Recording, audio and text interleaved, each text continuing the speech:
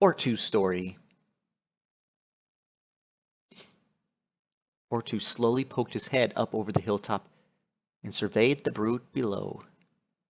He and Colin had been following the crashes and thuds that marked the Jotun's path through the woods for the past hour now, but this was the first that the trees had cleared enough to get a good look at the beast. Of course, he had heard many tales of these fearsome frost giants. Lutrapan mothers were often known to scare their children into behaving with tales of Jotun cookpots, and his was no exception. Even from the distance, the giant's size was impressive, easily towering over Kalin, who already more than towered over Ortu himself. He glanced over as the silver hand inched up beside him to get a look at their quarry. "Well, we found it. Now what?" Kalin asked. "Kill it, of course," Ortu grinned back. "What, the two of us? That thing is huge!" Ortu slid back down off the hilltop and out of sight. He wasn't much worried about losing the giant now that they had him this close. He pulled out his flagon of whiskey and thought a moment as he drank. Why was it here? Why was it alone? They were deep in Tuatha territory, far from where this Jotun must call home. Ortu checked his blades, knowing that they would all be ready, but taking comfort in the familiar feel of the worn hilts beneath his fingers. Kalin had come down to squat beside him, and Ortu could read the question on his face. Not much of a thinker, this Silverhand, but he could hold his own in a scrap well enough.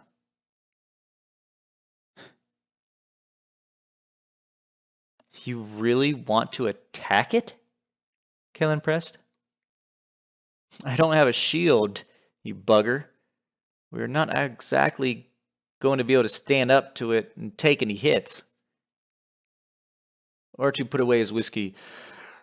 "Just distract it for me." "How?" "Oh, I'm sure you'll think of something." The Lutrapan grinned. Kalin rolled his eyes and replied, "Well, we could always let you tank this one. It is your turn, I think." Ortu eyed the taller man with a smirk. "Alrighty then." Without waiting further, Ortu pulled a blade in each hand and ran up over the hill. He gave a little leap as he reached the crest and landed partway down the other side before Kalin could recover from his surprise. He hadn't thought the little fellow would actually do it. The downslope was looser than Ortu had expected, and despite his nimble feet, the ground slid out from under him as he landed.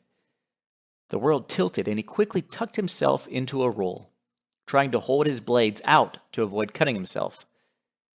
He was a little dizzy as he came to a stop at the bottom, and his eyes went wide as he saw a jagged spear of ice flying his way. "Eep!" he exclaimed as he quickly vanished from the spot just as the spear buried itself where he had been laying.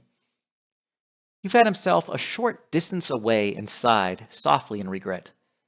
The giant had spotted him much sooner than he had hoped when he had begun his little charge. He saw the Silverhand up at the top of the hill, with the Jotun hesitating between them, apparently trying to decide which one to go after, another glistening ice spear ready in its fist. Ortu flung a blade at the giant's head to get its attention and quickly pulled another. The Jotun turned towards him with a bellow as it batted the blade away with its meaty hand. Ortu ran towards it, diving between the giant's legs as he lashed out to either side with his blades. The Jotun's hide boots were so thick that Ortu barely scratched the leather, doing nothing to the giant himself. The thing was lumbering and slow, though, and he was able to easily dance back out of range before the giant could counter. By now, Kalin had closed the distance, a heavy mace clenched in his gleaming fist. He landed a blow to the side of the Jotun's knee, striking hard, and Ortu could hear the bone crack even from a distance. Predictably, the giant swung around to grab at the Silverhand, and Ortu wasted no time in darting back in again. As the giant swung his icy spear down in a fearsome arc, Kalin lifted his arm to take the blow against his crafted limb. Even braced and ready, he was buckled under the force of the blow, his Silverhand flesh twisting with an inhuman screech, and he himself crying out in agony. Ortu grabbed the giant's boot and bared his teeth in a wild grin. The Jotun was dead, and didn't even know it. Callan would be all right.